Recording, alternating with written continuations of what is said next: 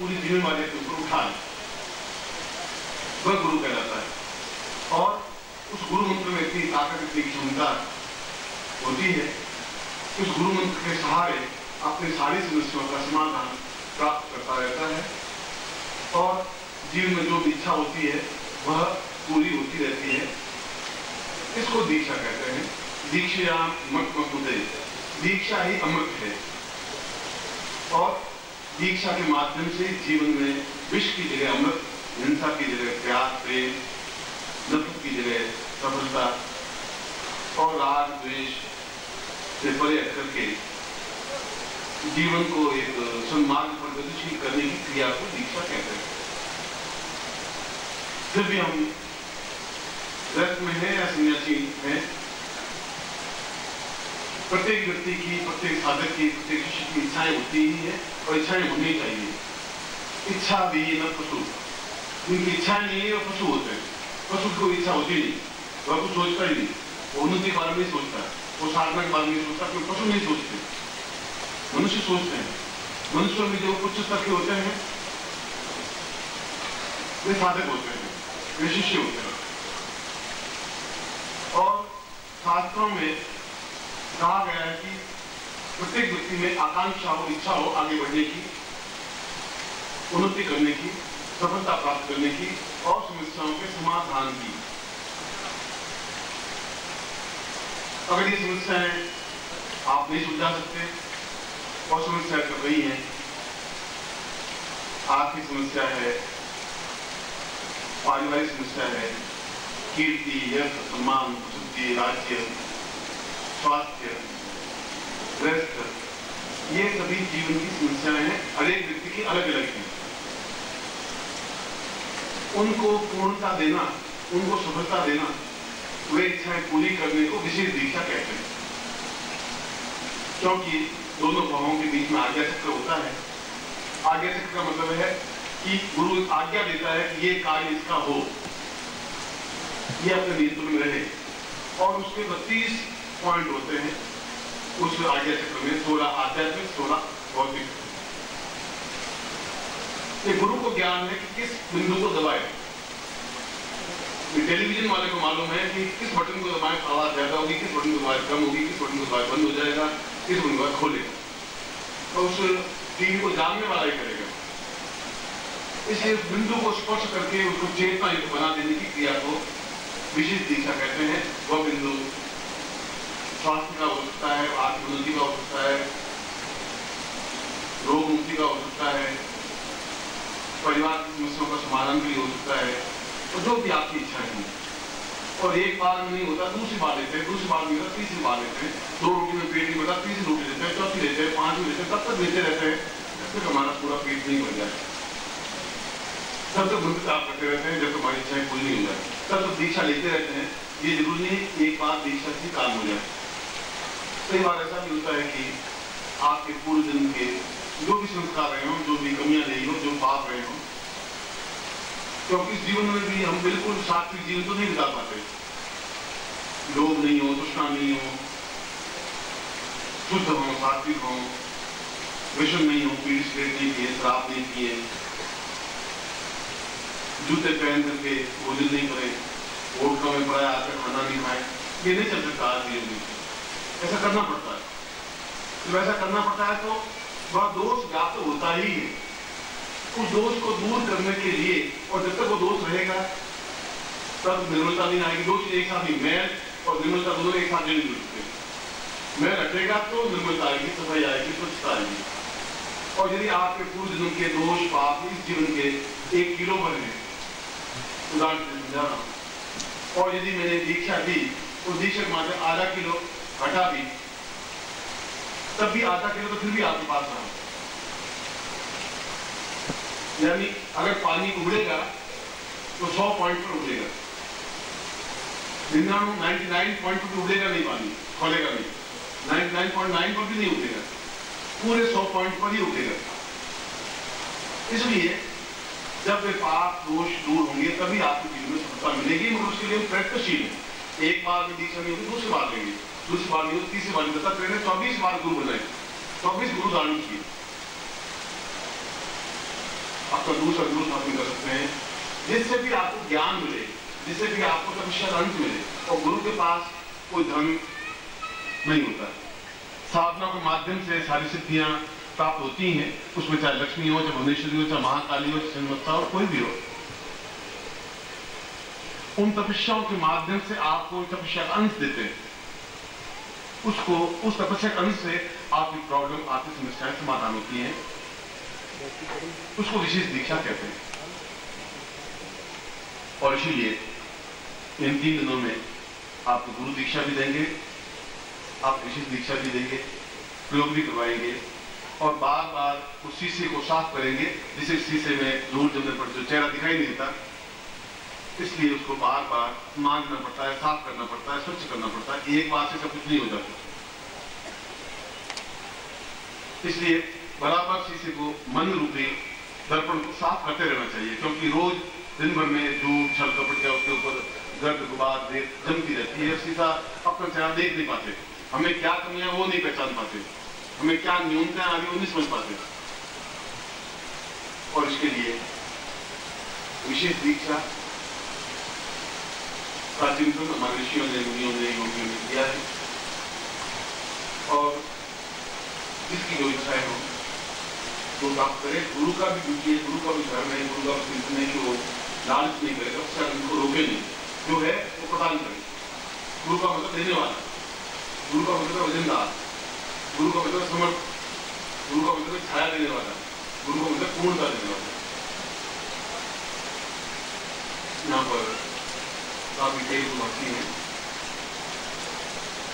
और भाषा कोई आगे नहीं आती, क्योंकि जबान बोलती नहीं है, चेहरा बोलता है, आंखें बोलती हैं, हाथ बोलते हैं। जबान तो केवल 2% बोलती है, बाकी सब चेहरे के हाव भाव समझ जाता है आदमी, आंखों के माध्यम समझ जाता है।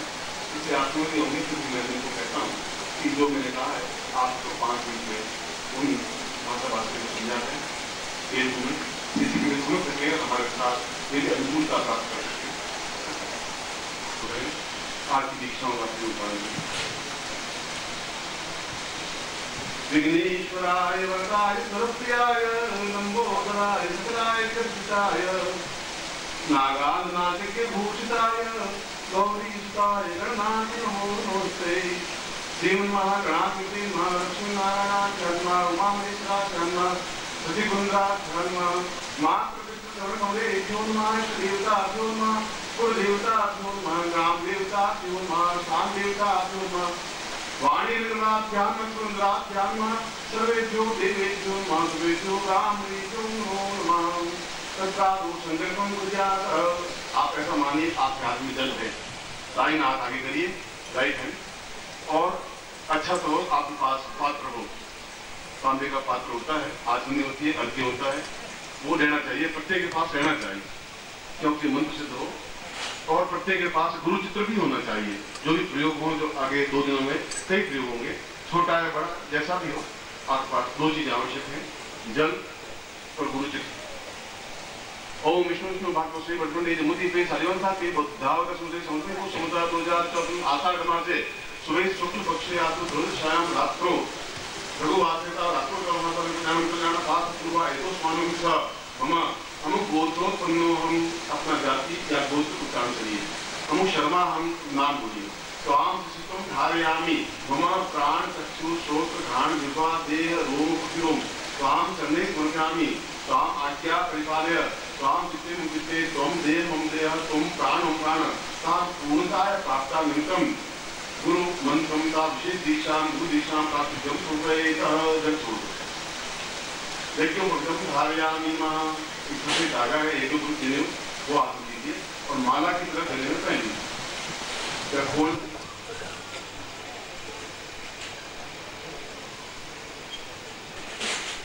तत्रादु गुरु प्राप्येत। आज उठिए। गुरु ब्रह्मा गुरु विष्णु गुरुदेवो महेश्वरा गुरु साक्षात् परब्रह्म तस्मै श्री गुरु सिंहने गुरुमा। ध्यान मूलम गुरु मूर्ति पूजा मूलम गुरुपदम मंत्र मूलम गुरु वाक्यम मोक्ष मूलम गुरु कृपा मोकं करोति वाचालं पंगूलं यदेकिरं यत्प्रसादमुन्दे परमानन्दमात्रं गुरुचरणेभ्यो स्मरामि महं। गुरु मंत्रं दद्यात्। कार्ड के ऊपर मंत्र लिखा हुआ है, मैं मंत्र बोल रहा हूँ, आप मेरे साथ बोलेंगे। ओम परम तत्वाय नारायणाय गुरुभ्यो नमः। ओम परम तत्वाय नारायणाय गुरुभ्यो नमः। ओम परम तत्वाय नारायणाय गुरुभ्यो नमः। चेतन मंत्र से था ओम ह्रीं मम प्राण देह रोम प्रतिरोम चैतन्य जागृय ह्रीं ओम नमः।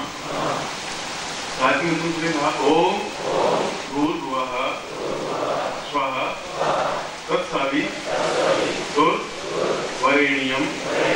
भर्गो देवस्य धीमहि धियो यो नः प्रचोदयात्।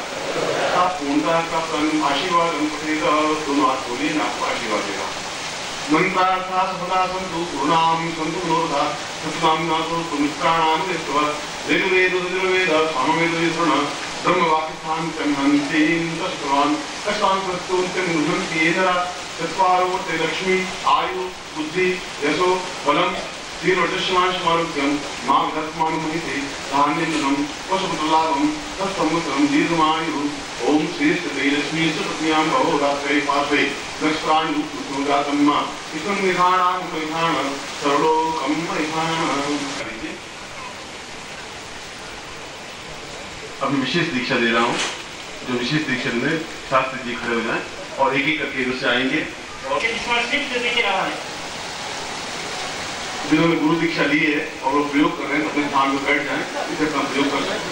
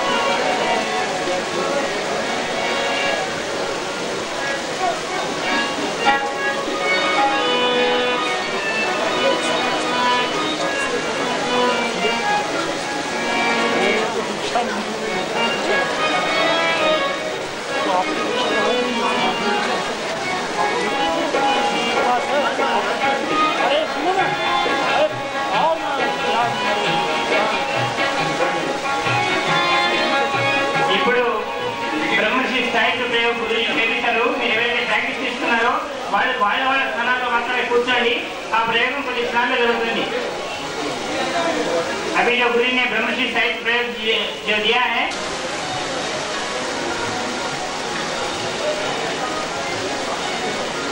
जो लोग खड़े हैं सब अपना स्थान पर बैठ जाइए। इस साइड पर भी सब खड़े हैं, वो बाजू स्थान पर बैठ जाइए।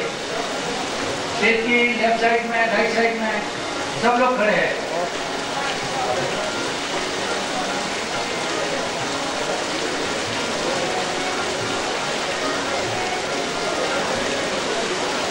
गुरु चादर वो ओढ़ करके बैठे हैं।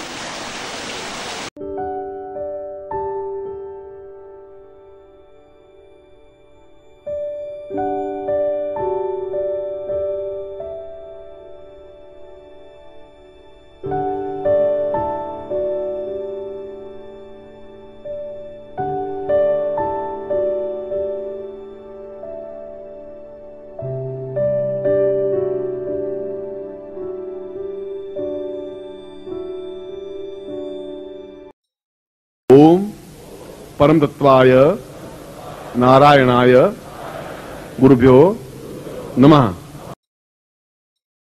ओम ह्रीं मम प्राण देह रोम प्रतिरोम चैतन्य जाग्रय ह्रीं ओम नमः। ओम भूर्भुवः स्वः तत्सवितुर्वरेण्यं भर्गो देवस्य धीमहि धियो यो नः प्रचोदयात्।